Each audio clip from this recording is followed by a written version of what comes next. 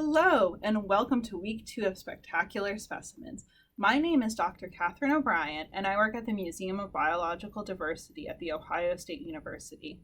I also work with the librarians at the Grandview Heights Public Library to bring you the program Natural Wonders. Natural Wonders pairs specimens from our museum with books from your local library. Did you know that this video comes with books as well? Check out below the video to see the links to download books on this week's topic that you can read at home. This week we're going to be talking about bugs. The type of scientist that studies bugs is called an entomologist. When an entomologist uses the word bug, they mean a very specific type of insect.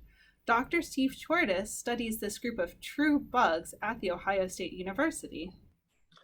Hi, my name is Steve Chordas. I am a biology teacher at Ohio State. I mostly teach intro bio classes, and I also do research on bugs. So I'm going to show you one of the bug groups that I'm doing research on right now and a little bit more about myself. This is me at the Ohio Department of Health, where I worked in the zoonotic disease program for 7 surveillance seasons. I was a medical entomologist, and I identified mosquitoes and ticks that were of public health importance. So this is me at the microscope at that place. So what do I study? I study a group of bugs called the hemipterans. This is what a hemiptera is. The word hemiptera literally means of 2 root words. Hemi means half, and pteris means wing, or ptera means wing. So literally this group of bugs are called the half wings. This group is the true bugs. These are what people that study entomology refer to. When you refer to a bug, you're referring to a hemipteran. And what this means is that the wing of an adult has half of the wing, the front half, is one material and one consistency. It's kind of hardened and leathery.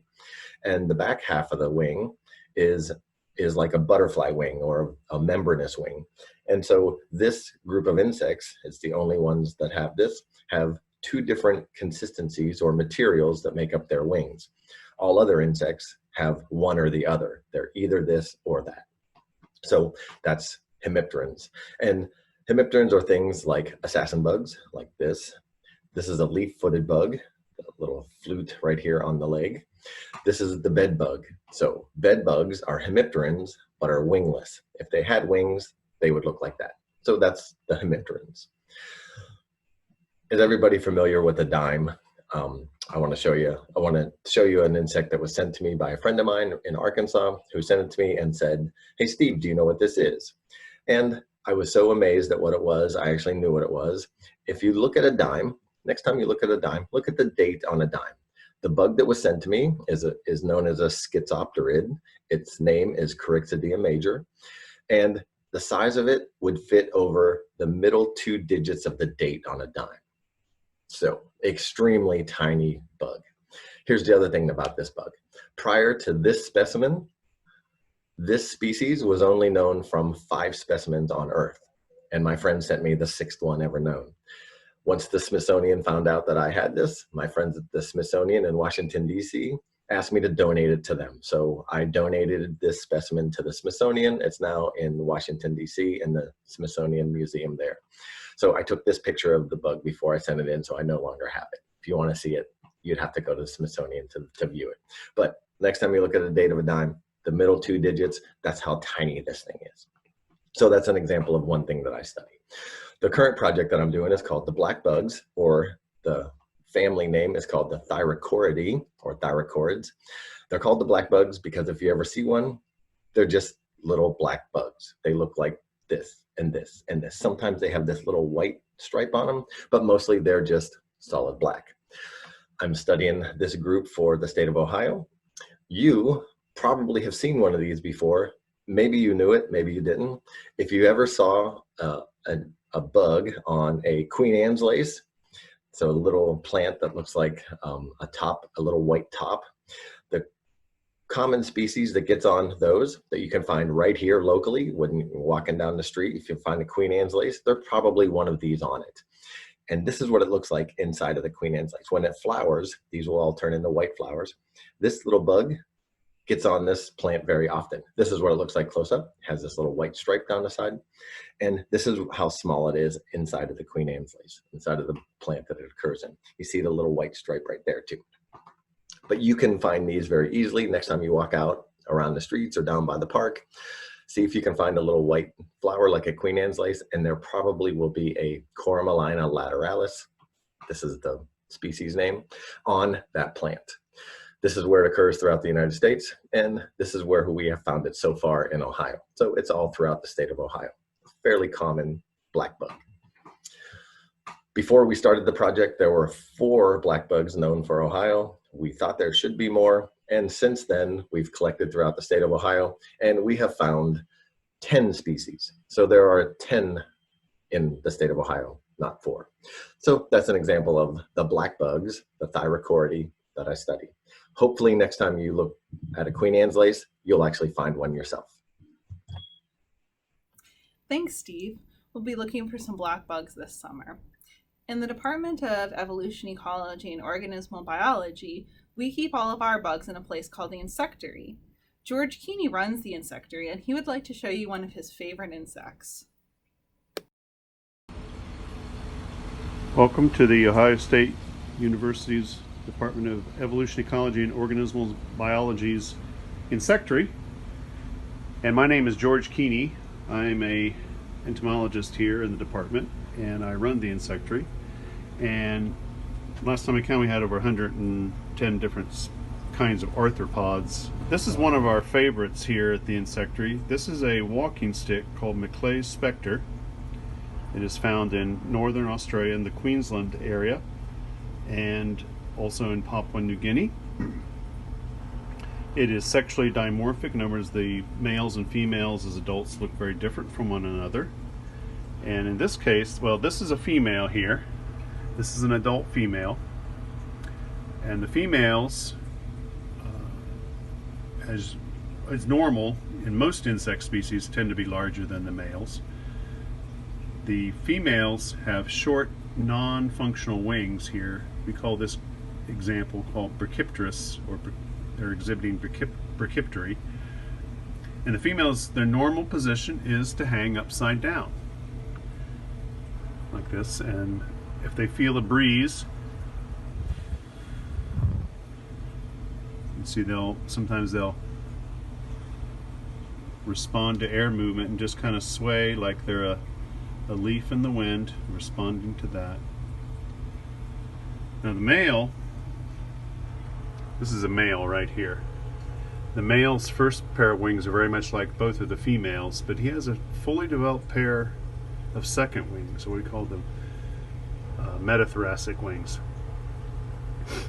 And he is entirely smooth on the back, whereas the females have a double row of spines down the back.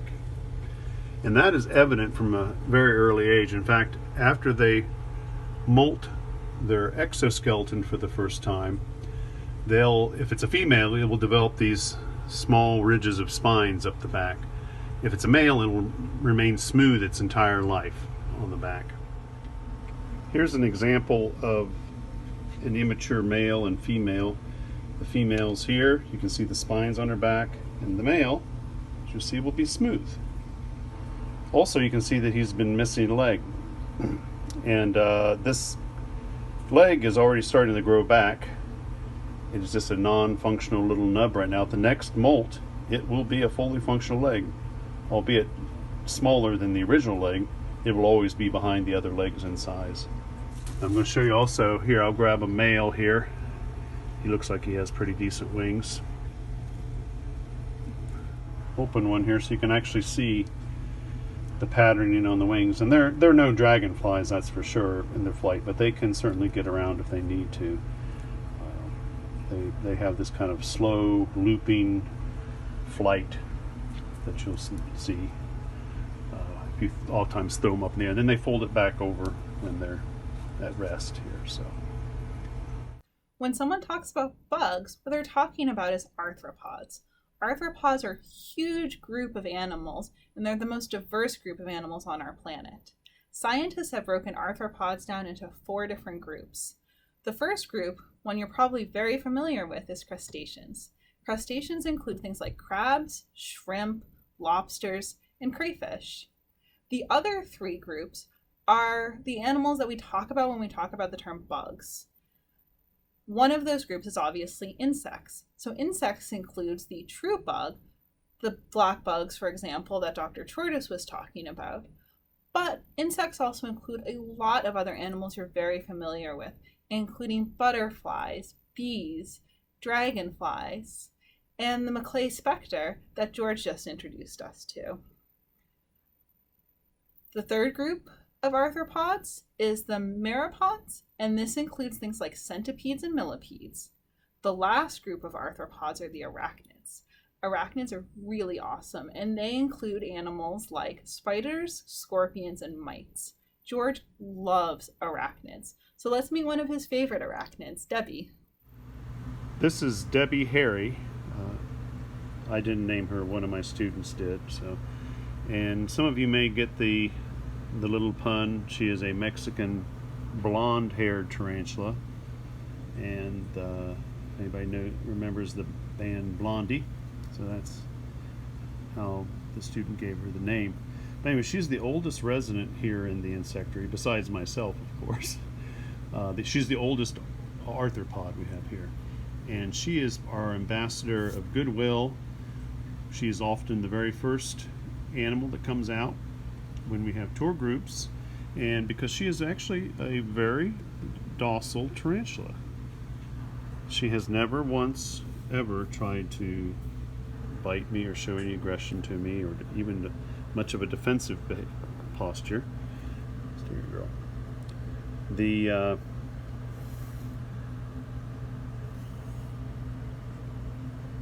She's found in northern Mexico and southern Arizona, and if